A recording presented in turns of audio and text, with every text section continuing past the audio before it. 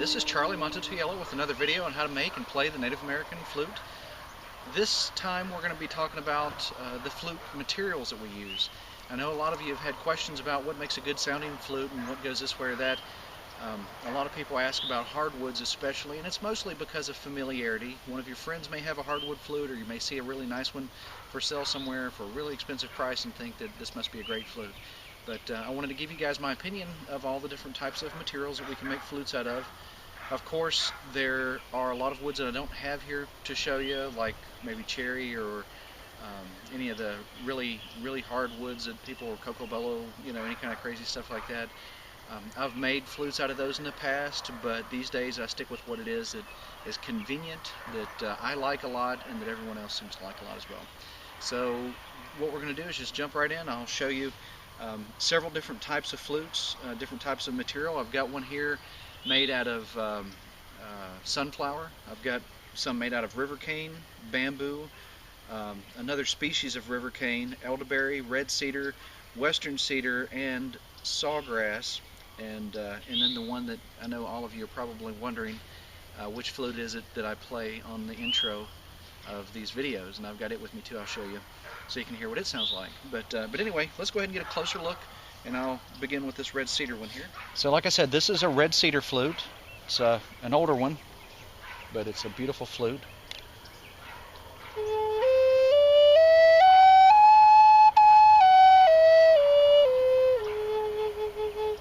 And red cedar makes a really pretty sounding flute. It's kind of a general purpose, I think, in my opinion. It's beautiful, lasts for a long time, and also has a really nice, pretty mellow tone. You know, and mellow is really what kind of flutes I like to make. Some people like to make the ones out of the hardwoods, but this is a mellow one here. This is one of our western cedar flutes that we have on our website. And western cedar is a much lighter wood. It's very soft. That soft part of the wood does something that we'll talk about in a few minutes that I wanted to tell you. But really a beautiful sounding flute.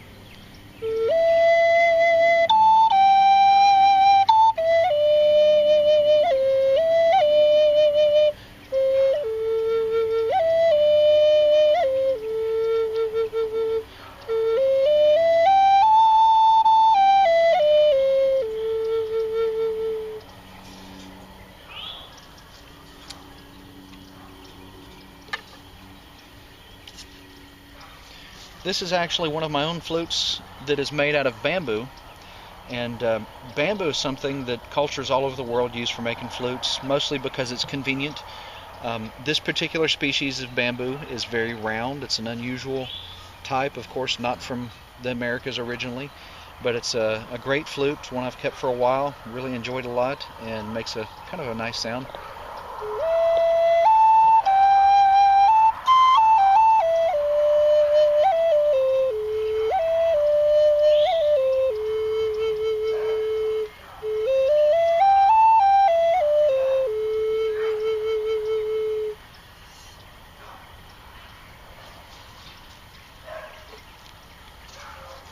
And this guy here is made out of sawgrass. Sawgrass is another indigenous species of reed. Some people call it marsh reed. There's probably 1,000 other names for it. But this is what most people would consider to be a very large piece of sawgrass. My wife and I have actually went out and cut sawgrass 2.5 times the size and made some really nice low-tone flutes with it. But usually, unlike other river canes and bamboos, usually when it gets really large in diameter, the inside consistency is almost always the same size and diameter. So you'll have a really thick wall and a really fat flute, but it's not always like that. It's just the way we found it. This is a good material to make flutes out of. It's got a real nice shine to it, if you notice. But I'll go ahead and give you a sound of him.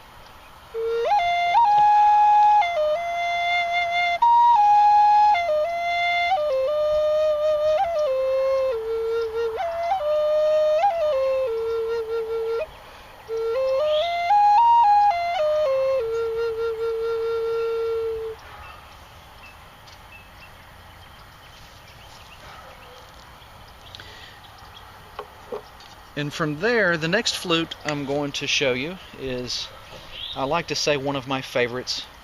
I've had it for a long while. It's made out of a piece of elderberry we cut when we used to live in Oklahoma. This particular piece of elderberry is the size that most of the original flutes were made to be. It's got an inside bore of just about a 1/2 inch, and really nice piece of material. Got a nice sound to it. I made this flute to be a traditionally tuned flute. As you can see, it's a 6-hole flute, one of my 6-hole flutes that you don't keep your finger on that hole all the time. But which we'll have a video about that in the very near future, so don't be worried. I'll definitely tell you more about those. But this particular flute is one that, when I made it, turned out to be perfectly in A, which is unusual because I wasn't intending on tuning it to a European key. But when it turned out to be an A, I've actually played this flute on stage at countless events.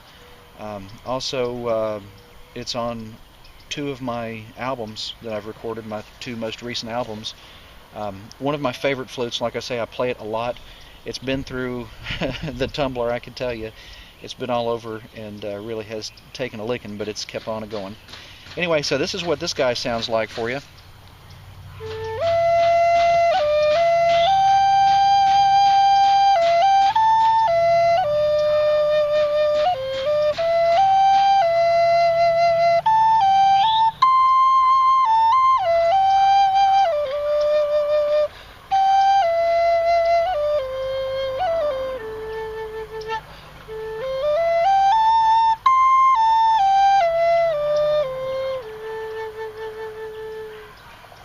So I know a lot of you that haven't seen all of my videos, or at least haven't seen my 6-hole flute video, are wondering what's going on with that thing. We'll talk about that in an upcoming video a lot more in detail.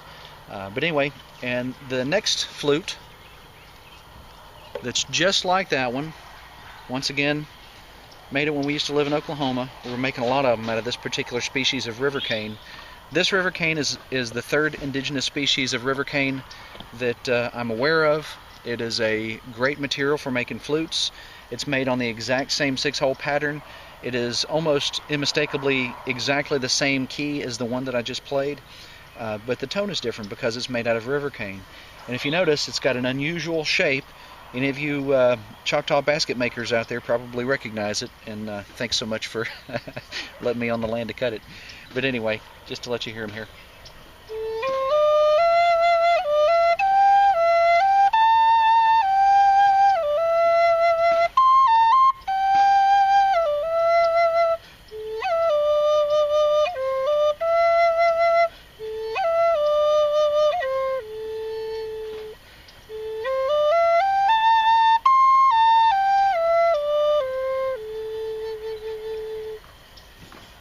So once again, an indigenous species of river cane.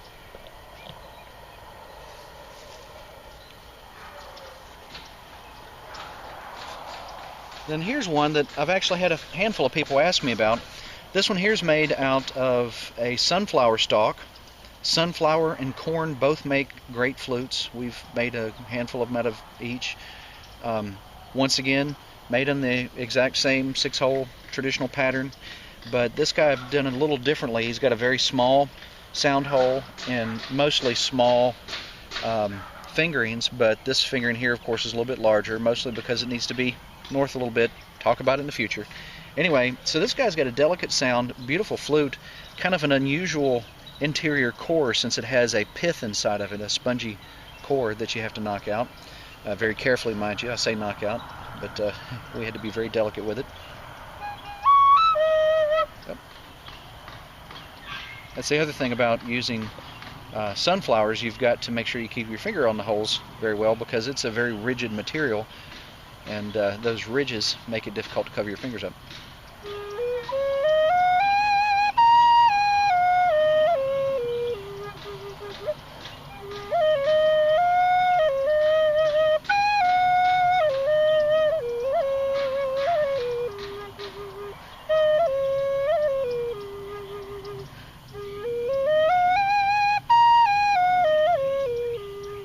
It's a great flute.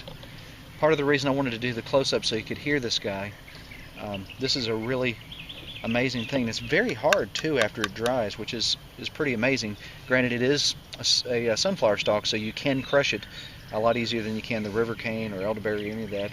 But as long as you treat it delicately, you know, it's a wonderful flute. Good material. It has a kind of a rich sound to it. Kind of the difference between drinking chai tea and regular tea, I guess. A real rich and flavorful sound, but not very loud. Once again, a very traditional material to make flutes out of. And then last but not least here, before we zoom back out and I tell you a little bit about the materials and why they do what they do, this is a western cedar flute. A buddy of mine in Washington State sent me the piece of wood for. This particular piece of wood is in excess of 2,000 years old. He cut it off of his property. It was actually a felled tree that had been laying there for some time, and he cut it up into blocks for me. If you notice, I don't know if you can see it through the camera too well, even in HD here, the lines on this guy are very close together in some places, and that's because of the age of the wood. It's a really amazing flute. This flute, once again, the one that I play in my videos, and it's been out in my shop collecting sawdust here because I was using it for a pattern. This flute was one that I rescued out of my scrap box many years ago. But I rescued out of the scrap box because it's so thin-walled. I didn't want to, give anybody else the opportunity to take advantage of cracking it without, knowing what they're doing. So I kept it myself, and I don't think I've actually cracked this one, amazingly enough. But it has been all over the place with me. Played it in everything from performances to ceremonies and lots of other very important things.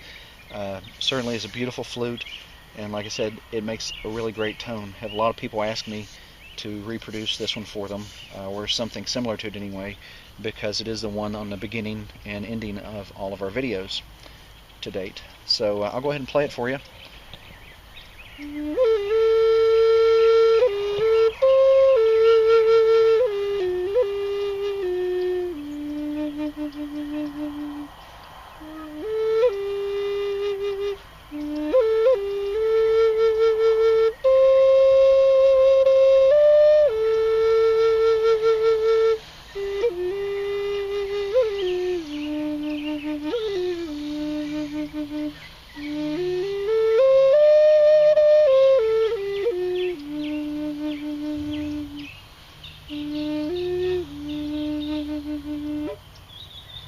Okay, so that concludes just a handful of flutes. Like I said, these are my own personal flutes, just ones that I've kept for a long time.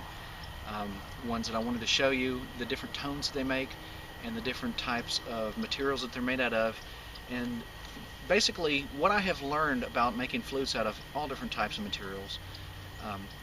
Typically, the softer the wood, the more mellow the flute. For some time we've been offering a western cedar flute on our website at a super reasonable price. But that western cedar flute is actually, I guess, almost identical to the one I played for you a moment ago. The western cedar is one of my favorite materials, and I'll tell you this like I tell a lot of people when I meet them in person. The reason it's one of my favorite materials is because the wood is not only very forgiving to the flute maker. So if you're a flute maker out there aspiring to make flutes and you want to use a new material, western cedar is one of my favorites. But not only is it very forgiving to the flute maker, it is also very forgiving to the flute player. I don't think I've ever figured any drawbacks to western cedar flutes. Some flutes, hardwoods for example, they tend to be very brassy sounding. In saying very brassy sounding, I mean they're very harsh. They have a really sharp tone. The medium hardness woods like red cedar for example, once again all around you get a little bit of the hardwood aspect of such a beautiful piece of wood and a little bit of the softwood aspect. So that's really good general all around all-purpose flute, plus the color is so unique and the marbling is always unique in the red cedar flutes. But with the western cedar flutes, being that they're very soft material, the softness of the material tends to absorb more of the vibrations. If you think about it like the shock absorbers on your car, if you took the shock absorbers off your car, it'd probably bounce all over the place. You can buy really heavy-duty shock absorbers, which allow you to put more weight in your vehicle, But the heavy-duty shock absorbers are very tight and tense, and they bounce really, really rough. The soft shock absorbers are very smooth and kind of glide along the road. And it's the same way with the flute materials. So the softer the wood, the more mellow the sound. The harder the wood, the more brassy, I would like to say, the sound is. And in that too, there are some conveniences of using hardwood. It gives you a much clearer tone, but most everybody in the flute business, I guess, including all of you, anybody who's interested in Native American flutes, usually what everybody asks for is a very mellow sounding flute. And I know a lot of you that are in flute circles and involved with flute organizations and possibly flute clubs, if there are such a thing. They probably always talk about the different types of hardwoods that they get their new fancy flute made out of, and they're beautiful. And certainly I'd be happy to make you one for some ridiculous price. But the thing that I really enjoy the most are those Western cedar flutes, just like my guy here.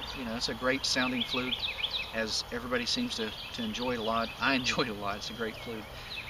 As far as the natural materials to use, the elderberry is the softest of the natural materials that I'm familiar with. Elderberry is good, and then right under that would be sumac. Both of these have a tendency to grow hollow.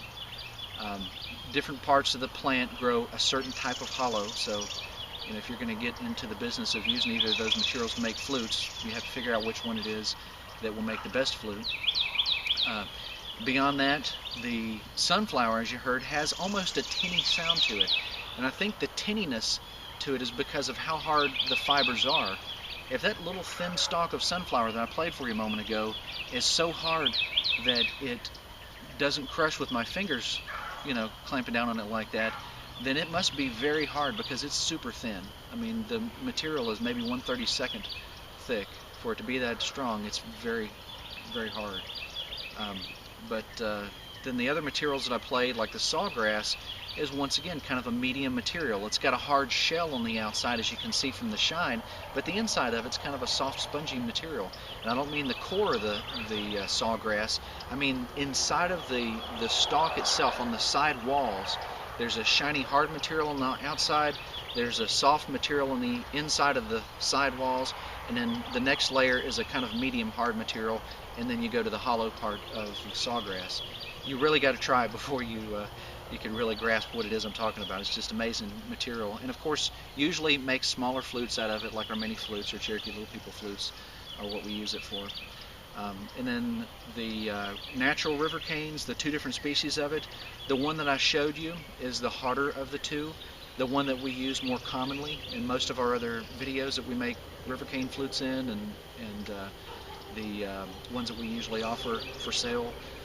Usually those are made out of the what people call gigantea, the really big river cane. It's slightly softer than all the other river canes, and is almost as soft as the elderberry is, but not quite, just a little bit under that. So like I said, learn the materials that if you're making flutes, learn the materials that you can make it out of.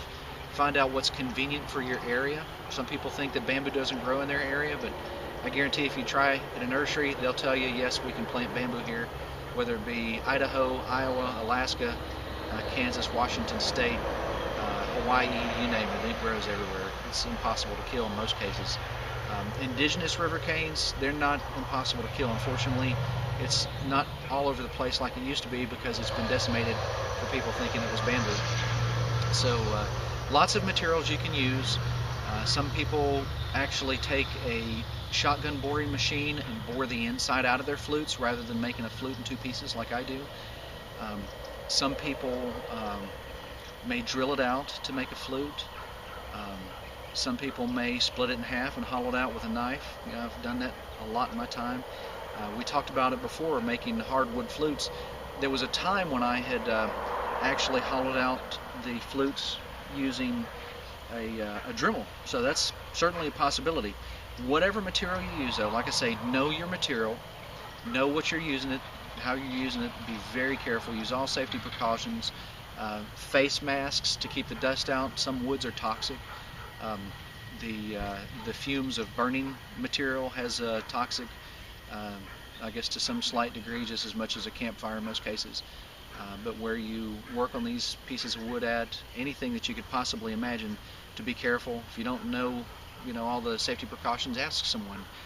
Especially other woodworkers may tell you, hey, look, you definitely need a face mask. Some woods you may actually need to wear gloves with because of the fibers on them. But anyway, like I said, just give you an idea of a couple of different types of materials. Hardwoods, of course, and I don't have a whole lot of hardwood flutes on hand right now to show you. They make a little bit tinier sound. If you'd like, you can actually check out our video on our oak bow staff flute. It's a hardwood, and that video has a link in it to our Reverb Nation page where you can download the audio track for free to that video, which is really cool. So please do that. It's reverbnation.com/Charlie Mato-Toyela. But like I said, you'll find it in the description.